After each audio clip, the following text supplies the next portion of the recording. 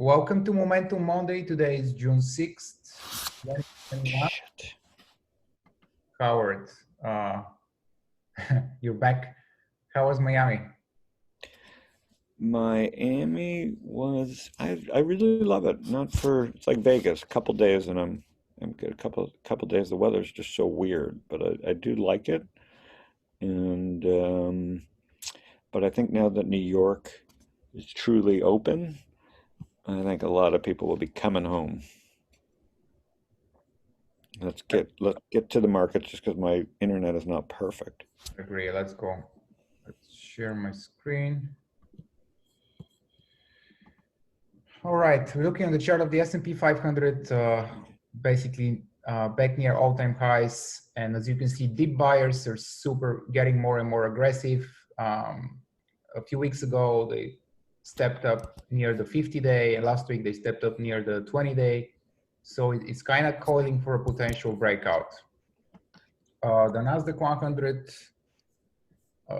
is kind of looking similar. I mean, definitely a little bit weaker than SPY year to date because of rising inflation expectations and valuation, high valuation in many of the software names. But overall, it's looking constructively. Had a big day on Friday.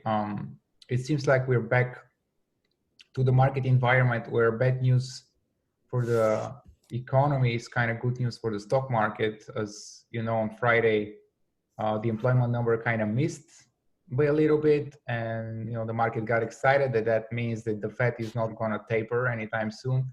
So the tech sector outperformed on Friday.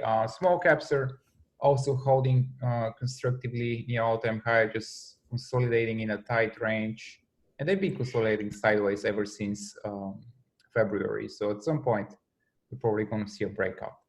I don't know if it will be this summer. The big news last week, the big move last week came in crude oil. The XOP, which is the oil and gas ETF, went up like almost 8% in 4 days. Definitely notable breakout among quite a few of the stocks in the energy space. The rest of the so-called inflation plays are kind of consolidating. If you look at steel and Who knew that Tesla, it's kind of like the Apple Watch being good for Rolex. Maybe Tesla's good for oil. Like the fact that who would it? The market, markets do crude the oil went unexpected. down so much that basically created a lot of value stock last year. At some point, you remember how U.S. Based crude oil was trading under zero. So a lot of those stocks went down 70, 80, 90%. And typically after such big correction, those are the stocks, the most beaten down stocks are the ones that outperform. But the other sector that made an impression on me was semiconductors on Friday. Definitely very strong day, kind of setting up for a potential breakout here. The press keeps talking about chip shortage. Damn it. What are you saying? Oh, yeah. You're a little bit frozen. Probably you'll come back into it. So yeah, the semiconductor setting up for a potential breakout. So quite a few of the names in the sector are kind of looking the same. Applied Materials, AMAT, kind of setting up for a breakout. Obviously, all of those are kind of semiconductor equipment stocks. They're kind of boring, slower moving names, but nevertheless, they're setting up. And the third thing that stood out to me, the third group of stocks that stood out last week were car makers, car manufacturers. Ford, GM, they're the new momentum stocks, continue to break out. Let's take a look at them on a weekly. I don't know, let's even zoom out more monthly. So you can see Ford went from what, $4 last year to 16. It's like it's a four bagger. Also GM, and it's not only US car makers. If you just go around the world, they kind of looking similar. Here's Toyota, Honda, what was Daimler. Let's take a look at Daimler, which is the Mercedes maker. All of them are kind of looking similar. Even the India one, TTM, I think they own Rolls-Royce, if I'm not mistaken. So all of the car manufacturers, including the Chinese electric stocks, are kind of coming back, setting up or breaking out.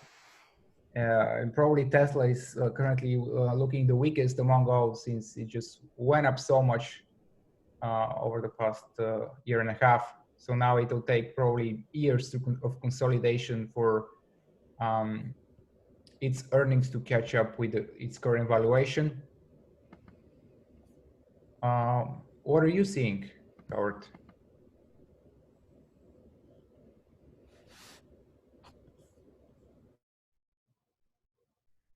Howard, are you still there? Okay, then I'll continue.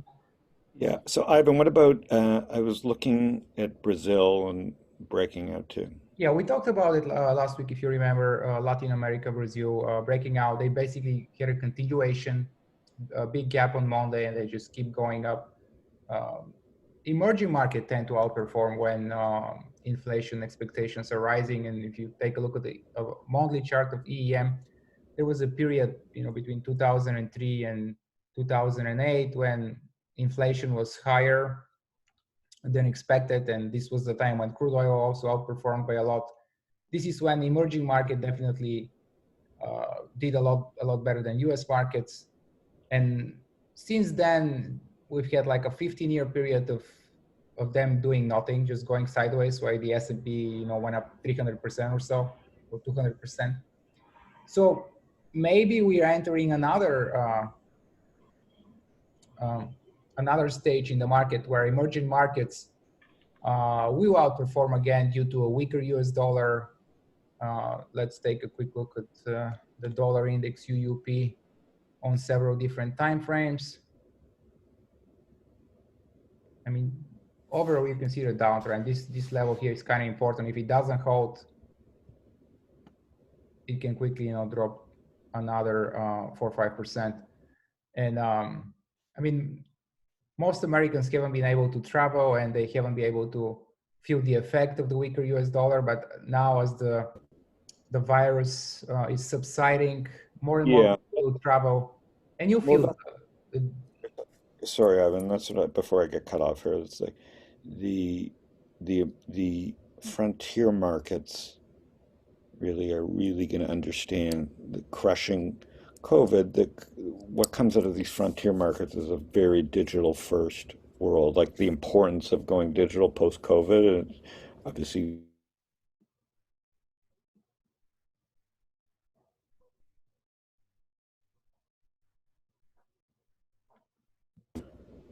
you're really going to be in the dark ages. Look at the G7, they came to agreement on taxes over the weekend, right? Like this is the rest of the world could be entering this reopening trade finally with the US. So all signs look bullish. Like, I mean, you don't short this type of tape, right? There's really weird action in the GME and the AMCs, and that's what the media is talking about. But what they should be talking about is Caterpillar, GM. There's a lot of strength, and so I don't know. There's a lot of technical people that I follow, or the breadth isn't good, or yada yada yada, and there's some divergences. So I can't not notice that, but all-time highs and are all-time highs, and there's a lot of them. Sorry. Okay, the market can diverge for a very long time, and obviously before any of us become bearish, we need to see actually sellers coming into the market, and the market's breaking down. So far, what we're seeing is that deep buyers keeps coming in.